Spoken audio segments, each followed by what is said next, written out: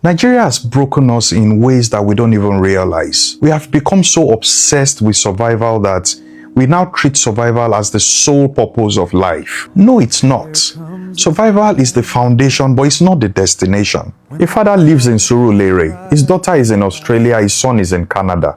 Everyone says they are doing well, yet no one is together. We've normalized grandparents watching their grandchildren grow through video calls. We've normalized parents dying while their children are waiting for annual leave.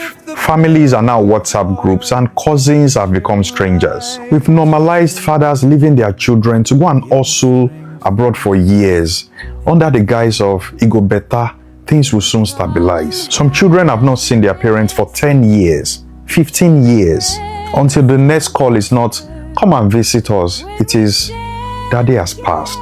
And then we call it success.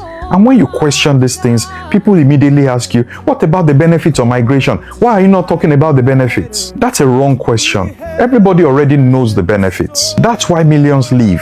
The question nobody wants to answer is this: at what point did survival become more important than the life we are trying to save? Nigeria has taught many of us to think only in the language of survival. How much are you earning? What car does it drive?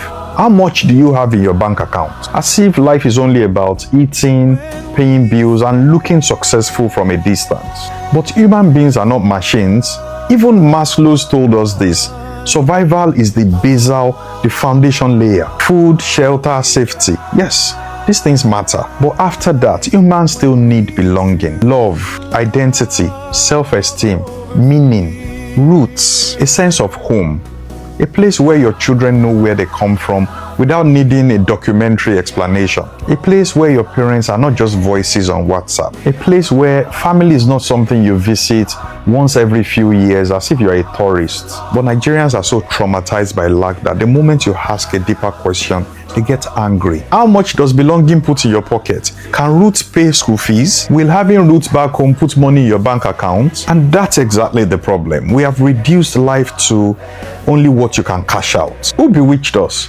Who taught us that the only expression or the only measurement of a good life is escape? Who taught us that if your children grow up without grandparents, aunties, uncles, family in general, language, history, roots, that it doesn't matter as long as they have good roads and electricity? Who taught us to ignore the holes in our hearts as long as the bills are paid? Because many people shouting the loudest already know the truth. They know the hole in their hearts. They feel it at Christmas. You feel it when your child answers your mother like a stranger.